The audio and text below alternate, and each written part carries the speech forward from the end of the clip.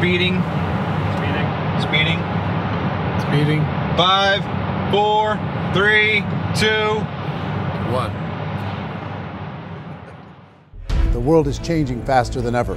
What used to take decades is now taking years or even months. What you see right now is the illusion that people have had for many decades about the workplace being this secure place to work the rest of your life. For the first time in the history of our nation, our children will not do as well as us. We've seen our friends get laid off, we've been laid off, we've had our pay cut. People are overworked and underpaid. They seem to have less time and less freedom. They live under constant pressure. This is going to be forced. And so even if your employer loves you, they may have to cut you. There's something wrong that on Monday morning, the heart attack rate increases by 35%. Technology is accelerating, job security is declining. It just doesn't seem like the old models of making a living are as reliable as they used to be.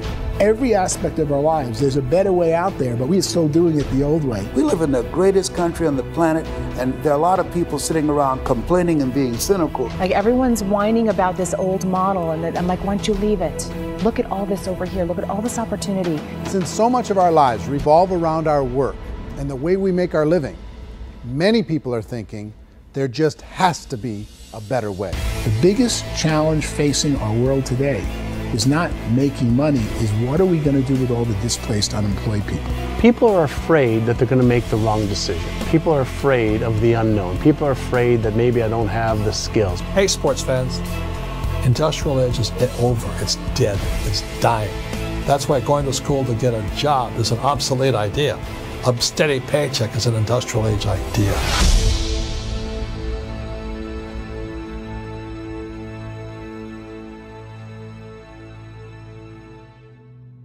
It's the search for answers that has brought us here together today. My name is Eric Worre, and for almost 30 years I've been an entrepreneur, struggling at times, but ultimately succeeding. As a best-selling author, speaker, and business owner, I've spent my entire career helping millions of people around the world to become entrepreneurs. And I believe strongly that there is, in fact, a better way when it comes to how we make a living. The career landscape has changed dramatically, and many are still working in a model that is completely out of date. What worked for previous generations isn't working as well for people today. In this film, we're going to explore 3 important questions. First, what's really going on in our working world today? Second, in this new economy, is it better to become an entrepreneur, or is it safer to work for someone else?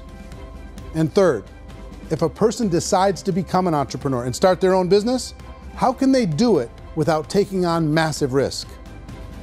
To help in this journey, I've brought together some of the greatest experts and thought leaders in the field of entrepreneurship to share the real facts with you. My intention is to give you new information that will allow you to make choices that are not limited by an old, outdated model. Let's start by understanding what's going on in our working world today.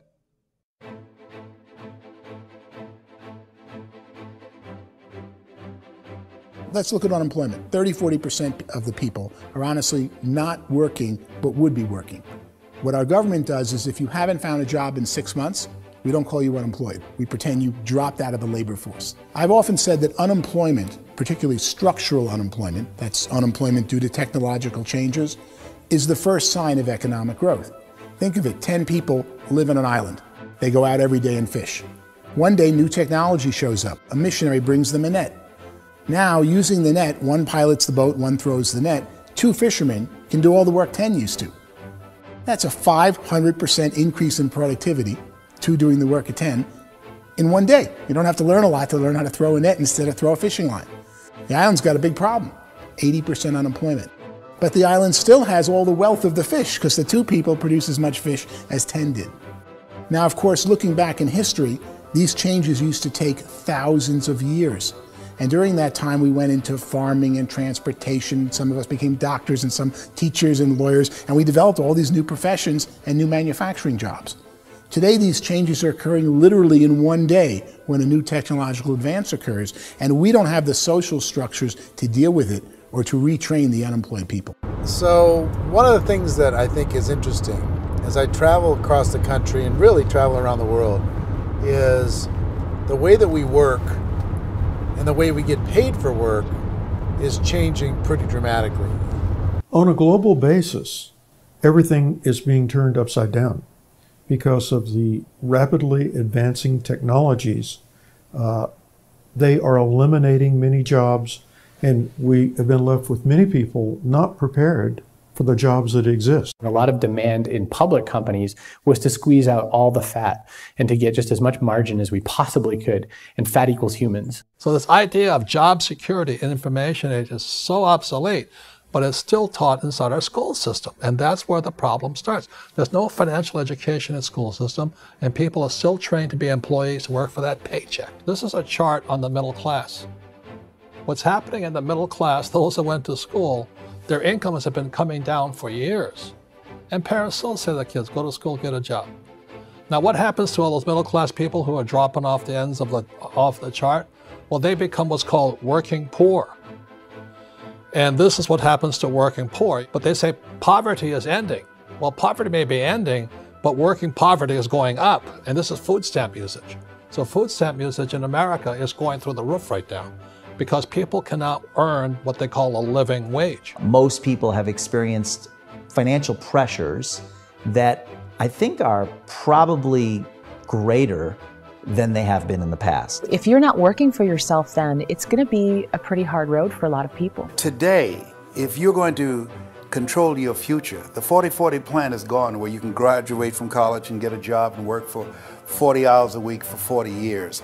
That day is gone. So some of these charts actually tell you what's going on. And this is a really interesting one, you know.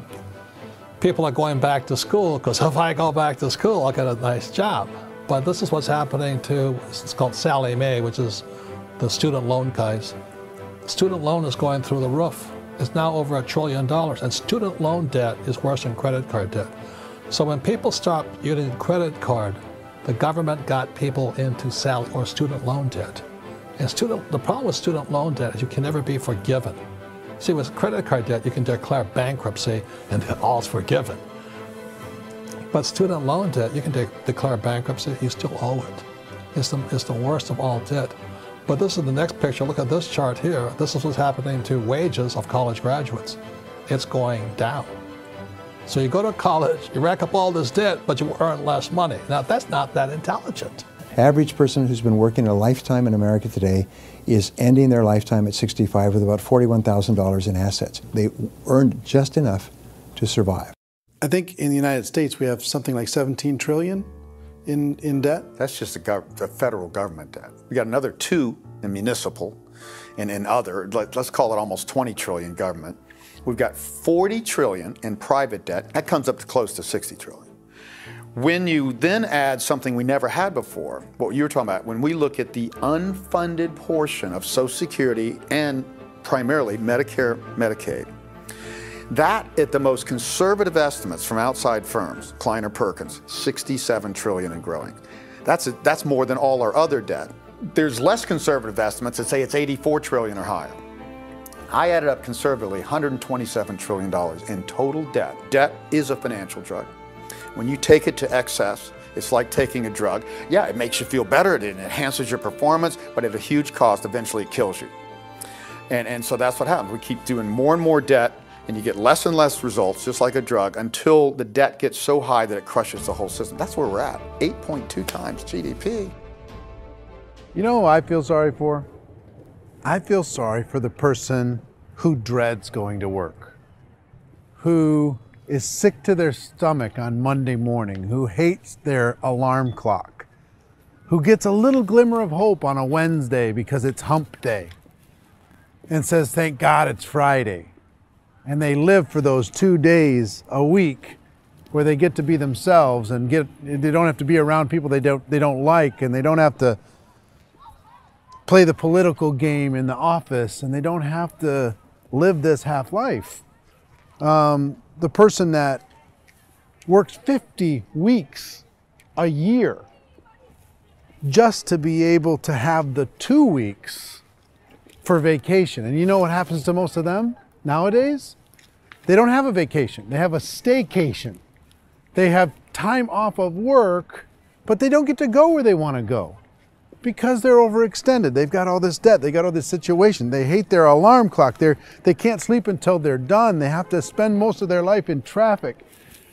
I feel sorry for that group of people because there's a better way. They just don't know it. I see this really interesting attempt at rugged individuality in a 6x8 rectangle. And I feel like you're all the same, except for the little push pins of the pictures. There's different pictures. Yours is named Jenny and his is named Sujara, but it's the same people. And this is how they are, and they're just like the zombies, and there's no joy in there, there's no fun. There's always like the wacky woman who decorates her cubicle, and that's the most she can do there. You got to give her credits, right? The wacky cubicle woman. The basis for their life is worry. I'm worried, you know, maybe I'll get fired. I'm worried maybe my company will go out of business. I'm worried I can't keep spinning the plates on paying the bills. I'm worried about how do I send my kids to college. I'm worried, what if the transmission of my car breaks? That's, you know, 2 or 3, I can't fix it. People live in a sea of worry, and it eats at them. Those signs that people held up during the Depression didn't say looking for gainful employment in a cubicle. It said looking for work. Work is what we're looking for. Job is just a unit of measurement. Work is what we're going after. It's time to look in the mirror and say, it's not the economy, it's my economy. It's my little world of where I am. I need to improve. I'm not going to wait for the economy to come back because, frankly, the economy is doing great in this country. So I'm here on Wall Street, the financial center of the universe, the financial capital of the world. This is where most people's money goes to at least be held for a time, right? With interest rates in banks being effectively zero, and many experts are predicting it's going to stay at zero for the next 10, 20, even 30 years, people feel like they don't have any choice but to put their future into equities, to put their future into the hands of other people on this stock market, and hope that the stock market goes up, hope that the stocks that their advisors pick or that they pick goes up. That's one way to go, I guess. It's my personal belief that if you put your future into the hands of yourself, in other words, you have earning power by yourself, I think you're a better investment than these guys.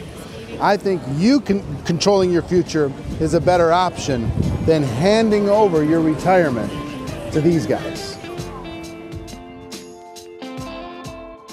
The average household income in the United States is approximately $50,000 a year, what they call the middle class. To reach the top 25% of income earners, you'd need to earn at least $90,000 a year. To reach the top 10% would be a household income of $140,000, the top 5%, $190,000, and to be in the top 1%, you'd need a combined household income of at least $380,000 a year. So here's the question. What do you think would give you the best chance to move up and get to the top 10%, the top 5%, the top 1% or beyond? In my opinion, and in the opinion of many, many experts, the answer is to become an entrepreneur, to become your own boss. I think you have to be a business owner. I can't, the only time I ever say to someone it'd be great to be an employee is when they've already told me they've surrendered. I only tell people who are wounded spiritually that they should be an employee. And it's that feeling that you get when you pick up the backpack off the little Cub Scout and say, "Don't worry, little guy, we'll get you back to the camp." You know, it is in no way a kindness when I tell someone they'd be a great employee. The other status symbol really increasingly is lifestyle. And people can own their own business, maybe even work out of their house. That, I tell you, people admire that, like, gosh, I wish I could do that. The spirit of the entrepreneur is to be a risk taker and to be resourceful and unstoppable and to have a vision of yourself beyond where you are and not willing to settle for life as it is. Think about the great entrepreneurs. They're visionary. They have heart. They're willing to do today what others won't so they can do tomorrow what others can't. Personally, I don't think of the new economy, the old economy. I create my own economy. The entrepreneur's in control. I decide what the economy is going to be like. In the world of entrepreneurship, there are no limits. You can make as much as you want, depending depending on how much you want to work and how smart you are and how great a team you put together. There's no more lifetime rewarding business than being an entrepreneur. Why in America, where anyone could be anything, would people want to give up their freedom and become effectively a modern-day slave, told shut up and be here every morning at 7:30, leave at 5:30, and do what I tell you? If people decide to become an entrepreneur and work for themselves, they have some traditional options, but they're riskier than you might think. Any kind of a retail business, retail build-outs, is extremely expensive.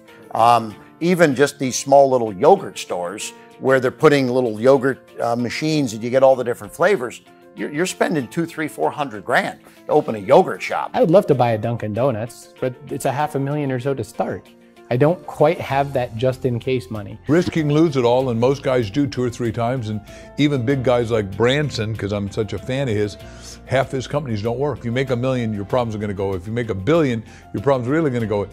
Just the opposite. You and I know when you're making $1 million, you got $1 million responsibilities. You make $1 billion, you got 1,000 times $1 million responsibilities. And most people say, I'd love to be my own boss. 70% of Americans would love to be their own boss, according to recent polls. But they don't know how to get there. Because what are you going to do? One, you could buy an existing business. If somebody's selling an existing business, you have to ask why. Usually because it's probably hard. It's probably not making as much money as they hope. 2, they could buy a franchise. A little less risk, proven system, but it's expensive to be able to do that. 3, they could start something from scratch. And that's where a lot of people feel like, I don't have the chops to do it. I don't have the money. I don't have the product idea. I don't have the expertise. I don't have whatever it's going to take to be able to get there, and I can't risk my family to do it. So 4th, they could become an investor. A lot of people in this town invest to try and figure out a way, but you got to be pretty smart with that game too, right? Venture capitalists, who are the very best and most sophisticated in investing in new breakthrough businesses, make it on 1 out of 11. That means 10 out of 11 are mediocre or fail. Most of them fail. That's the risk there. An angel investor is lucky to get 1 out of 15 or 20. A business is a team sport. Like, I have to have accountants, I have to have engineers, I have to have system designers, I have to have sales, marketing, I have to have accounting, I have to have mission statements, I have to have legal and all that. The average Joe Schmo, even me, I go out there, I don't have the skills to put a business together. I think the bottom line for the 4 traditional options is they take money, sometimes a lot of it. They take expertise, and they take time. All of that adds up to just too much risk for most people. I bought a business from somebody else and it was a lot of work, and you start wondering, what did I just buy? Because I guess ultimately I own your email list and I just overpaid for it. People that start their own business, they spend a lot of money, they spend a lot of time, a lot of effort to get things started. And the more you invest on the upfront, the harder you typically work at it. I can tell you what the success rate is of a restaurant. What is it? They're crazy enough. About 90% of them fail. About 90%, in how quickly? Year or less. Wow. And if we're talking non-franchise, we're talking franchise, Sure. That's totally different. Yeah. But our students aren't getting franchise restaurants. You gotta invest big money. Exactly. And with someone like McDonald's, you've had to work with the company for a long period of time, really know the Even have a chance at investing $1 Even million. have a chance, and it's a slim chance. What if there was a way that you had all the proven aspects, the comfort aspects, and you could still control your own life? What if there was both? In other words, you didn't have to create everything from scratch. You didn't have to be a super leader. All you had to do, what if there was a proven product already? You didn't have to create the product. And there's a proven system already, proven training already. Everything except an employer. That was the only thing that you didn't have. Do you think more people would be open to working for themselves in that environment?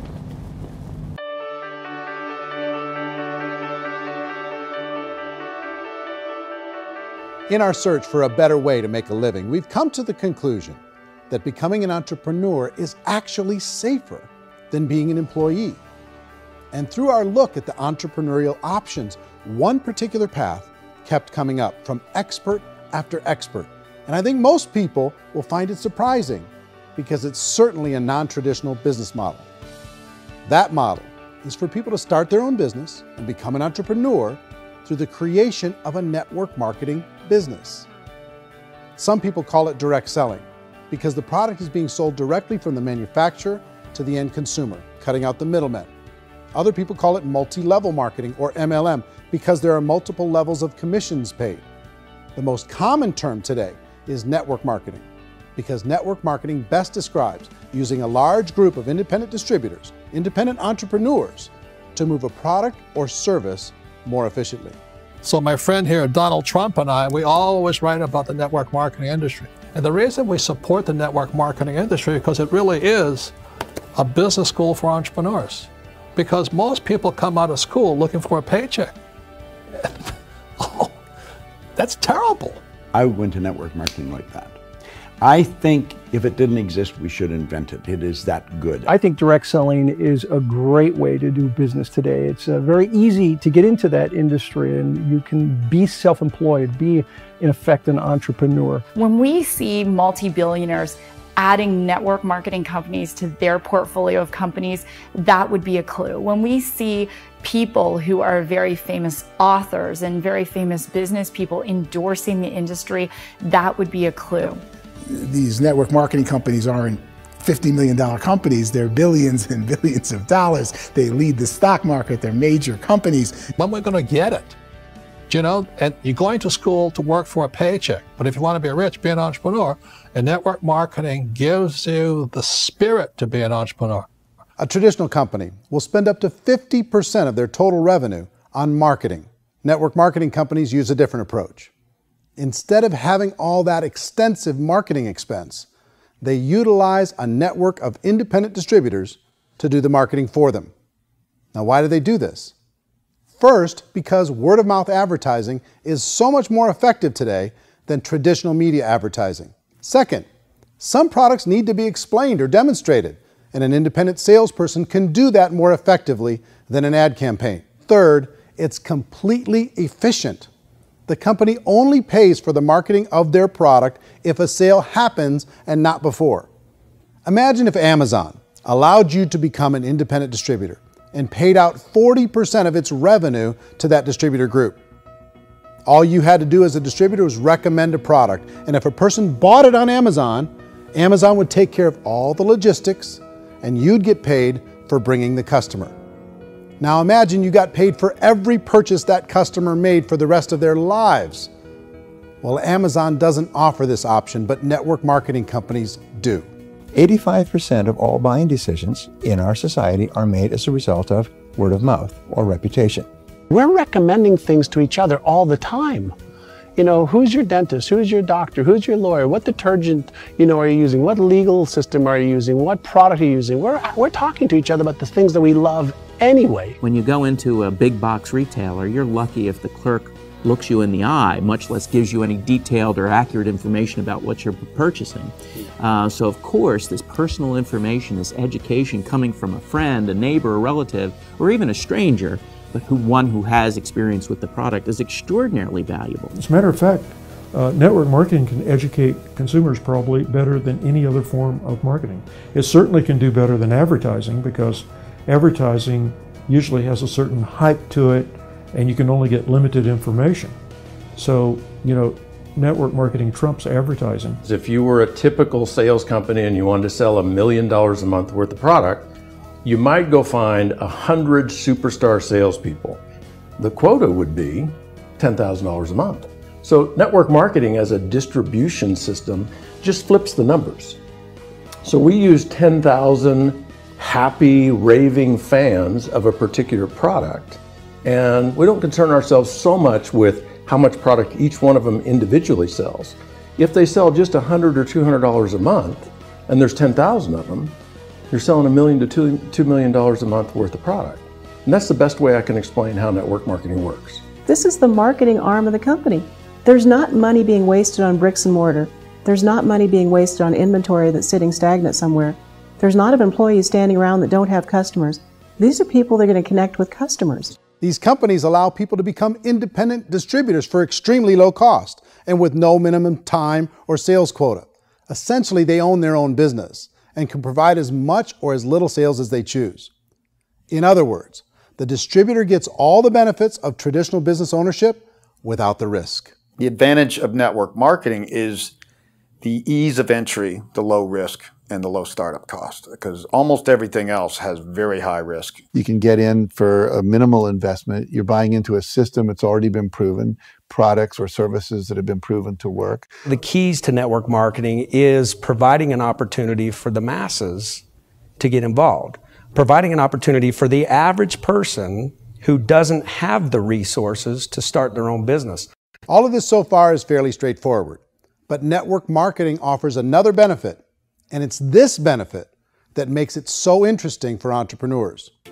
Network marketing allows a distributor to build their own network of other distributors and then compensates them on the sales created by that entire group. Direct selling is, at its base, very simple. It's the sale of a product or service to an individual on a face-to-face, one-on-one basis, just the way we're talking right now. But there's an important element as well, and that's the offering in conjunction with that sale of product, the offering of an opportunity for someone to make something of themselves. No matter what your social status is, no matter what language that you speak, I mean, look how many unbelievable people are becoming successful that speak every kind of language out there. What an awesome gift to give the world. Instead of having to work your way up in a system and prove that you could be a sales manager, they just decided everybody can be a sales manager. Everybody gets to build a sales team from day one. And so what that brought into the system of growth as a direct selling company is the concept of compounding or geometric progression. Because now you can actually grow a sales force very quickly because everybody is enrolling people in their own sales force. People who are like, oh, this is weird, I'm building a sales team, or what do you think you do at a regular company? How do you think a regular company works? Network marketing is the only industry that doesn't say your past determines your future. It looks at your past and says, okay, now what can we train you to do so you can have a great future? Every other employer out there wants to exploit you for what you already know, not teach you something new. Network marketing has a potential to save the United States and the world, because it's going to teach people not to be employees, but to be entrepreneurs.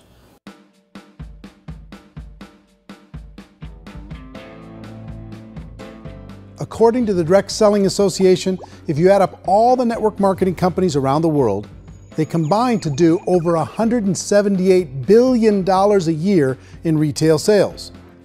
To give you an idea of how big that really is, the NFL, the National Football League, does approximately $9 billion a year. The music industry does a little more than $16 billion a year, and the movie industry does about $80 billion a year. Using a conservative average, network marketing companies pay their distributors about 40% of that $178 billion in the form of commissions, which adds up to more than $71 billion a year. That's almost $6 billion a month. It's almost $200 million in commissions every single day. So it's certainly working, and people are making serious money in network marketing. With the growth of the direct selling industry over the last 10, 15, 20 years, we've seen a broader understanding of the channel.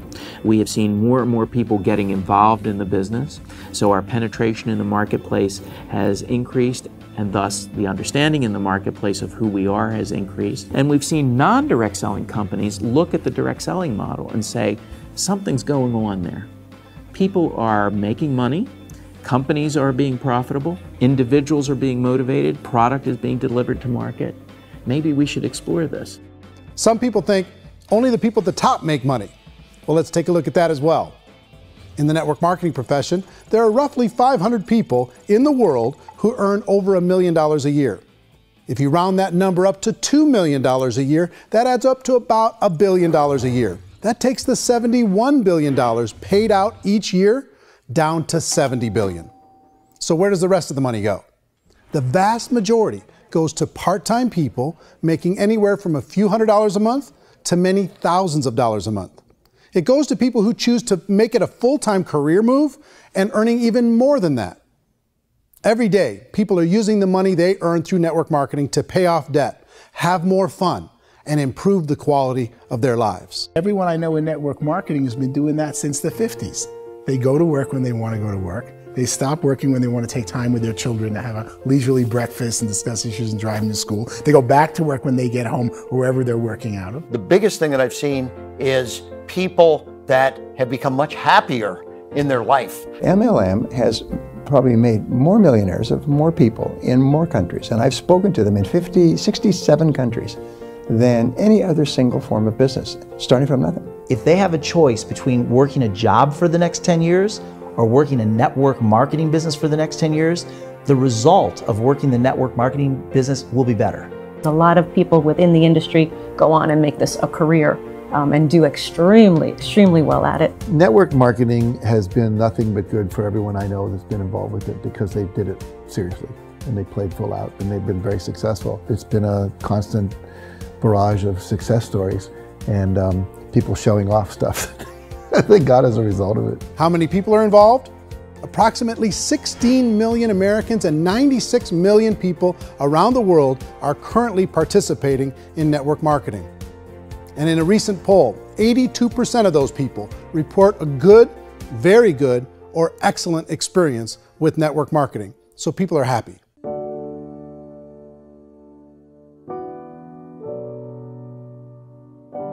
So I've taken a look at the network marketing profession and really tried to understand why so many people are confused as to the validity of this as a business. One is this pyramid shape. People get really messed up with this pyramid. Oh, it's one of those pyramid things. So I just think there are a lot of haters out there who really don't understand the industry and say, oh, it's a get-rich-quick scheme. It's a pyramid. Well, corporate America is a pyramid scheme. You know what I mean? It goes like this. You have thousands of MBAs, let's say working for Ford or General Motors or Coca-Cola. If all these MBAs are all trying to get to here, that's a pyramid. Only one guy's going to make it. Every 10 years, one's going to make it. Whereas you look at network marketing, it's like this. So you're here, and your job is to develop other CEOs coming up behind you. So it's an inverse pyramid. In network marketing, it's a very simple concept. If you sell product, you get paid. It is paid based on production. There is no first mover's advantage. There is no investment component where the more somebody spends, the more they're entitled to make. So the two are polar opposites of each other. It doesn't matter what shape the company is or the compensation plan is shaped, whether it's a circle or a pyramid or a triangle or a trapezoid, it doesn't matter. If compensation is coming primarily from recruitment, then you've got a problem. On the other hand, if an operation is basing their compensation to participants on the basis of sales, even when those sales are generated by people you've recruited, well, then you're a perfectly legitimate enterprise. That's the legal test, it's the practical test. Another issue that's been true in the past that is no longer true now is people used to be in network marketing loaded up with products that they couldn't sell and they ended up a loser. They ended up with a bunch of product in their garage, they ended up with a bunch of products sitting in their kitchen shelves or whatever, and they thought they could sell it and then they weren't willing to or able to sell it and they ended up with a bunch of stuff and they were bitter about it. There was this thing called front loading where you had to buy if you bought $25,000 worth of product, you got better commissions and all this. Today, it's almost all done by computer. It's direct mail comes from a warehouse somewhere else. You don't have to have all this inventory. You don't have to stock up. It's a paperless world now. Most of it's done online. You have a back office. It really works. And I mean, the technology has changed everything. Third issue is people start talking about 99% of people in network marketing don't make any money. Well, we've talked about that over the course of this journey together. Almost $200 million a day is being paid out to network marketing distributors around the world. The naysayers, the people who say that it doesn't work, are usually the ones who just don't know how to make it work for themselves. And so they're giving you an opinion, and I tell people, don't confuse people's opinions with expertise, because opinions are free. And don't confuse sincerity with the truth, because people could be sincerely wrong. But here's the reality inside of network marketing. The vast majority of people that get involved in network marketing just become customers, and they get involved to be able to purchase product at a lower price. If you take Costco as an example, if a person goes into Costco and gets a membership to Costco so they can get a lower price on the product, we don't call that person a loser because they have a bunch of product that they walked out with with a smile on their face. Yet when some people want to take a look at network marketing, they say, well, those people, they're just using the product and they aren't earning an income, so they must be a loser. They're not a loser, they're a happy customer. That's the vast majority of people that are involved in network marketing. Now, a smaller percentage of those people decide to go build a business. They earn $300 a month, $500 a month, $1,000, $2,000. That's the bulk of earnings in network marketing. And then there's the few that really decide to take it serious, really decide to build a large network, really work to make that network very, very productive. And those people make huge amounts of money and there's no cap. What I do as an outside economist, just somebody looking at this industry like any other industry I speak in and say, look, what's the realities of this? 1% do incredibly well. 10% generate some additional income at pretty low risk and effort. That's not, and 90% of people roughly end up customers. One thing that I think is real when it comes to people's perceptions about network marketing is people put this, and distributors, I think, involved in network marketing have some responsibility for this. They have sometimes unrealistic claims about the product or about the income. Most people who become distributors, they want the money, they want to be successful, but they don't have the skills. They don't know what to do. And when people don't know what to do and they're in a new business, they're scared. And when they're scared, they panic and desperation kind of sets in. So they think everyone they talk to has to get in.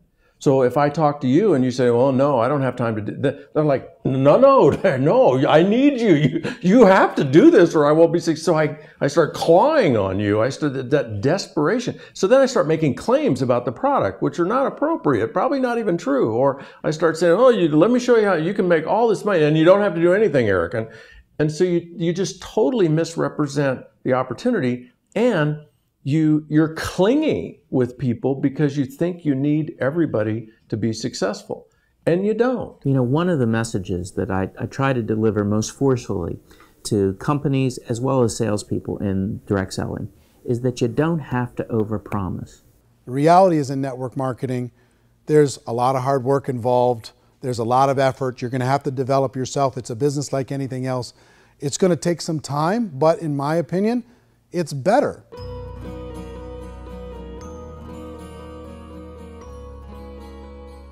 It's light years better for people starting today than it was even 5 years ago. I think it's more widely accepted now, and people understand it is a business. It is being an entrepreneur. It is being a business owner. Our belief system is based upon our evaluation of something. And frequently, if we reevaluate a situation, our belief about that situation will change. The industry has changed and it's grown up. It's totally transformed. You've got young people today that have grown up with social media, and they understand networks. They understand how people are connected through technology, and they understand how money flows through those networks. So when they see network marketing, they don't see it the way their parents saw it. And we've all learned, the larger industry that you represent, has all learned from those mistakes and flaws and errors that have happened early on. Early algorithms didn't work the right way. That's all fixed. It's like when they design a computer program, they design the program, then they run it, and then they go back through and they debug it. The MLM industry has been debugged. This is the day of being virtual, being able to run a business from your mobile phone. I mean, it's incredible. Companies are getting smarter. They're implementing more consumer protections. They're implementing more compliance training. They're doing more with respect to product research. If you do get involved and you make purchases of inventory, even on a voluntary basis, if you decide that this business is not for you, you can leave and have that inventory repurchased by the company. There's no other business that offers that kind of protection on a voluntary, self-regulatory basis.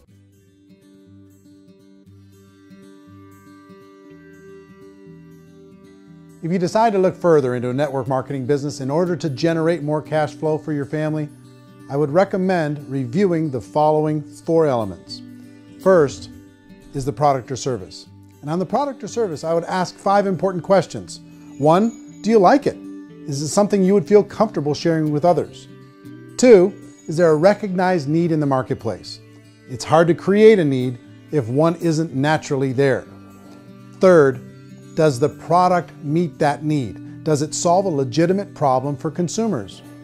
And 4th, Is it priced to sell? Can it compete in the marketplace? And fifth, is it priced for profit? Is there enough margin for the company and the distributor to be able to generate income for the long term? If you can answer the questions on the product to your satisfaction, the next element to consider is the company itself. Is it well run? Do you believe in the founders or the management team? Do you feel they have what it takes to go all the way?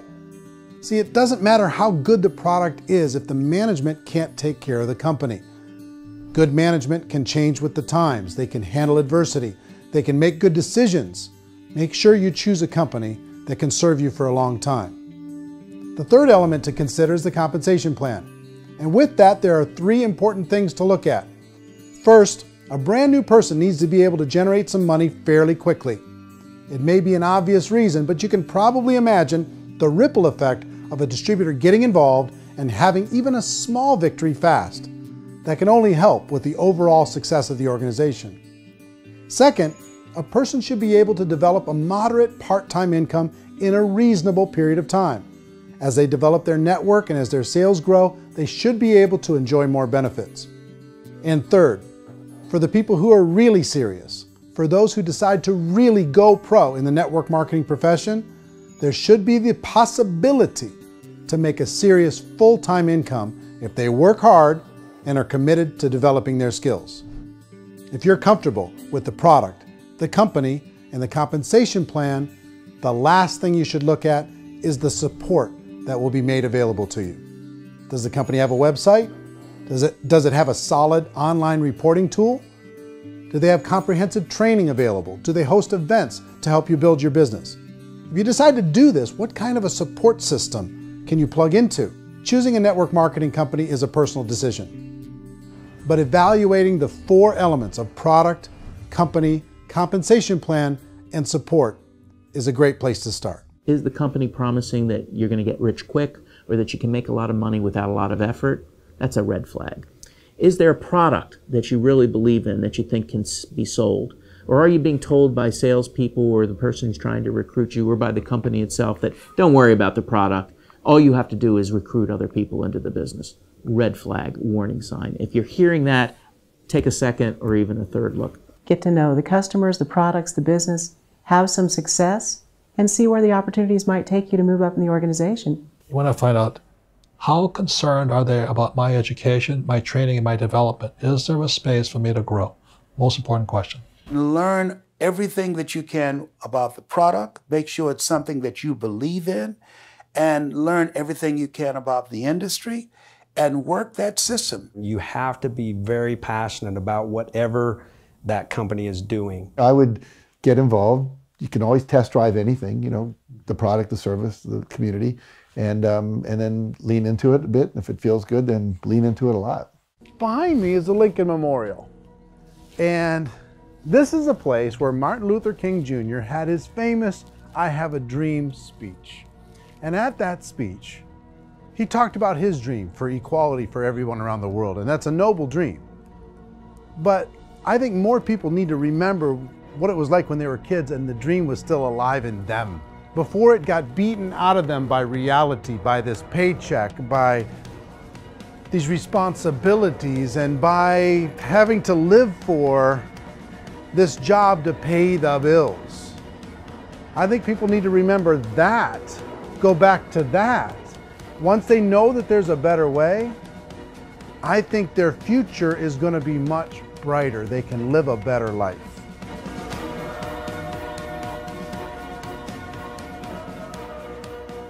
So if you're considering getting involved in a network marketing company, let me offer you just a few pieces of advice. First, network marketing isn't perfect. It's emotional, it's challenging. Like any entrepreneurial venture, it can have its up days and its down days. But if you have an entrepreneurial bone in your body, it's just better. Second, if you're gonna do it, decide to be professional. Decide to go pro. It's better to do that than just be this amateur sticking your toe in the water. Third, as any professional, you're gonna have to learn some new skills. And I promise you, inside of the network marketing profession, they're not too difficult to learn. Fourth, like anything worthwhile, it's gonna take some time. Don't expect that you're going to get to the finish line right out of the gate. And fifth, it's worth it. It's worth it to be able to take charge of your life again. It's worth it to be able to control your own financial situation. It's worth it for the people you're going to be able to spend time with. It's worth it for the things you're going to be able to see and the experiences you're going to be able to experience. It's worth it for the causes you're going to be able to contribute to, the lives you're going to be able to touch, the customers you're going to be able to help, the friendships you're going to be able to develop. I promise you, it's worth it. Remember, most people are searching for answers just like you are. But I do have to tell you the catch to network marketing. If there is a catch, if you want to understand this from an emotional point of view, people say, well, it sounds too good to be true. It's not, it's hard work. But here's the catch. Most people still don't understand it. So you're going to have to endure the loss of social esteem from ignorant people. The uneducated will think less of you. Now, if you can handle that, you're on your way. If that's going to destroy you, you know what? Entrepreneurship in general probably isn't in your future. If you can face that catch, you can become unstoppable. I want everyone to really contemplate this if they're not in network marketing. You're in a job, you probably have a mortgage, you have rent, you have debt, whatever's going on. You're in a prison. You work just hard enough to keep them from firing you, and they pay you just enough to keep you from quitting. Come on! I've been there, done that, and bought that t-shirt. In network marketing, if you run into failure, it's really just a homework lesson for yourself. There's no one to blame. You really have no excuse not to be successful. You just don't. People don't want to hear that, but there's so much available to you. If you want to be a good network marketer, be a student to the people above you, be a fellow traveler to the people on the same level, and be a teacher to those below, and know when it's appropriate to do which. People who are not afraid of asking people to buy things, or not afraid of persuading people with a chance they may say no, these people own the future. Nothing happens until something moves. So you got to go move, you got to go do something, or nothing's going to change in your life. In the beginning, you're going to do a lot of things that you don't get paid for. But as you go down the road, you get paid for a lot of things that you don't do. And your job is rehabilitate the spirit, the entrepreneur spirit in all of us. You get it back. Either give it a strong yes or a strong no, but no wishy-washy, dilly-dally stuff in the middle. There's dreams and there are nightmares, but I believe that the biggest nightmare of all is when you don't pursue your dream. You're going to see some monumental growth in this profession. It's an exciting, exciting time to be involved with the network marketing profession. The next 10 years, I see just exponential growth. When that tipping point comes, it's not a matter of asking somebody, have you ever heard about network marketing? You're really asking them, which company are you building your wealth in? We are here to fix the world, to improve relationships with other people, to improve other lives. And the real reward comes as an entrepreneur in any level from teaching somebody something and watching them soar. There is no greater reward.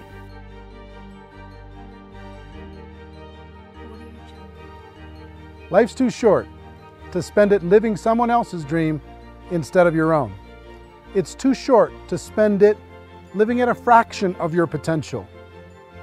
Can being an entrepreneur be a challenge at times? Sure. But here's what you get in exchange. It can be yours. Something that you built, something that you created, something that you made happen. This balloon represents your dream. It represents entrepreneurship. My wish for all of you is that you would reach out and grab it. The choice is up to you.